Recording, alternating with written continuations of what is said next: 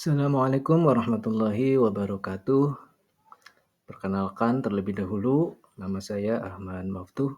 Saya adalah calon guru penggerak angkatan 9, khususnya di Kabupaten Indramayu.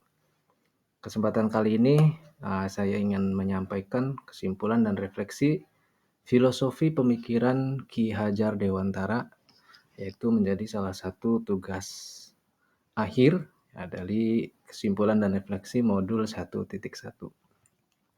Baiklah, bismillahirrahmanirrahim. Kita mulai.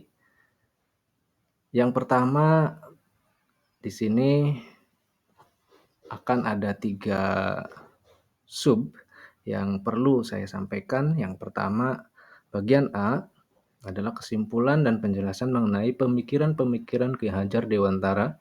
Kemudian selanjutnya, yang B adalah refleksi dari pengetahuan dan pengalaman baru selama saya mempelajari modul 1.1. Yang terakhir, saya juga akan menyampaikan pembelajaran yang bisa diterapkan di kelas saya, yang mencerminkan pemikiran Ki Hajar Dewantara yang sudah saya pelajari terlebih dahulu di modul 1.1.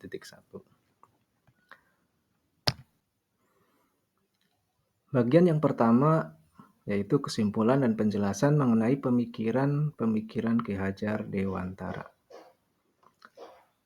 Pendidikan dan pengajaran sering dimaknai dengan makna yang sama, padahal dua kata ini mengandung makna yang berbeda. Pendidikan di dalamnya terdapat pengajaran, tetapi pengajaran belum tentu ada pendidikan. Pemahaman bahwa pendidikan hanyalah transfer ilmu merupakan suatu pemahaman yang kurang tepat. Karena pendidikan bukan hanya menggali ilmu, tetapi bagaimana ilmu tersebut menjadi nyata dan bermanfaat dalam kehidupan. Demikianlah pendidikan mampu merubah kehidupan menuju kepada yang lebih baik. Menurut Ki Hajar Dewantara, pendidikan bertujuan untuk menuntun segala kodrat yang ada pada anak agar mereka dapat mencapai keselamatan dan kebahagiaan yang setinggi-tingginya. Pendidikan itu hanya dapat menuntun tumbuh atau hidupnya kekuatan kodrat atau potensi yang ada pada anak-anak agar dapat memperbaiki lakunya, bukan dasarnya atau hidup dan tumbuh kekuatan kodrat potensi anak. Menurut Ki Hajar Dewantara ada 2 kodrat yang dimiliki anak, yakni kodrat zaman dan kodrat alam. Artinya zaman itu yang sesuai dengan zamannya. Di zaman lalu dengan zaman sekarang itu sangat berbeda. Kemudian yang kedua dan kodrat alam. Nah, kodrat alam artinya di sini juga alam hidup. Ya, alam hidup si anak juga berbeda. Pendidikan harus melihat 2 kodrat tersebut. Pengajaran adalah bagian dari pendidikan. Pengajaran merupakan proses pendidikan dalam memberi ilmu kecakapan hidup untuk secara lahir dan batin. Sedangkan pendidikan memberi tuntunan terhadap segala kekuatan kodrat yang dimiliki anak agar ia mampu mencapai keselamatan dan kebahagiaan yang setinggi-tingginya baik sebagai seorang manusia maupun sebagai anggota masyarakat. Jadi kodrat di sini artinya kemampuan atau potensi potensi yang dimiliki oleh seorang anak. Dalam pemikiran Ki Hajar Dewantara ada istilah pamong yang diartikan sebagai pemimpin. Dalam hal ini harus bertindak tuturi handayani, ing madya mangun karsa. Satu lagi yaitu ing ngarsa sung tulada. Atau dalam artinya yaitu mengikuti dari belakang dan memberi pengaruh, berada di tengah, memberi semangat dan berada di depan memberi teladan. Mohon maaf ini kurang pas susunannya ya. Harusnya ing madya mangun ing ngarsa sung tulada, ing madya mangun karsa tuturi handayani. Ini susunannya aja yang kurang tepat. Kemudian Ki Hajar Dewantara mengatakan bahwa pendidikan adalah tuntunan dalam hidup tumbuhnya anak. Pendidikan mengarahkan keseimbangan cipta, rasa, dan karsa.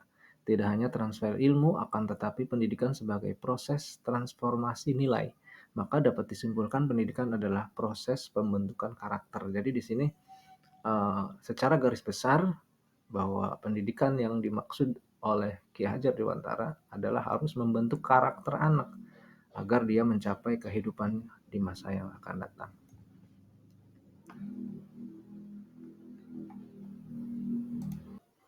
Selanjutnya, refleksi dari pengetahuan dan pengalaman baru yang saya dapat. Sebelum saya mempelajari pemikiran Ki Hajar Dewantara, saya sering melakukan tindakan yang sedikit tegas ya, artinya memberi hukuman di kelas dengan harapan akan membuat siswa menjadi berubah. Tapi ternyata perubahan tersebut bersifat sementara. Berubah sih siswa itu, tapi bersifat sementara. Hanya karena siswa merasa takut ya, takut kepada gurunya gitu. Dan bukan berasal dari kesadaran siswa itu sendiri.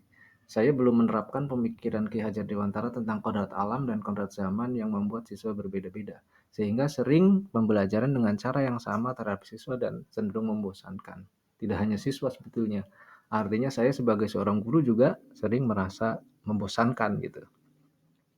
Setelah mempelajari pemikiran Ki Hajar Dewantara, saya mulai melakukan perubahan di kelas saya, menyesuaikan dengan kodrat siswa yang berbeda-beda sehingga cara saya mendidik tidak selalu sama. Dengan begitu, belajar di kelas saya menjadi lebih mengena dan menyenangkan.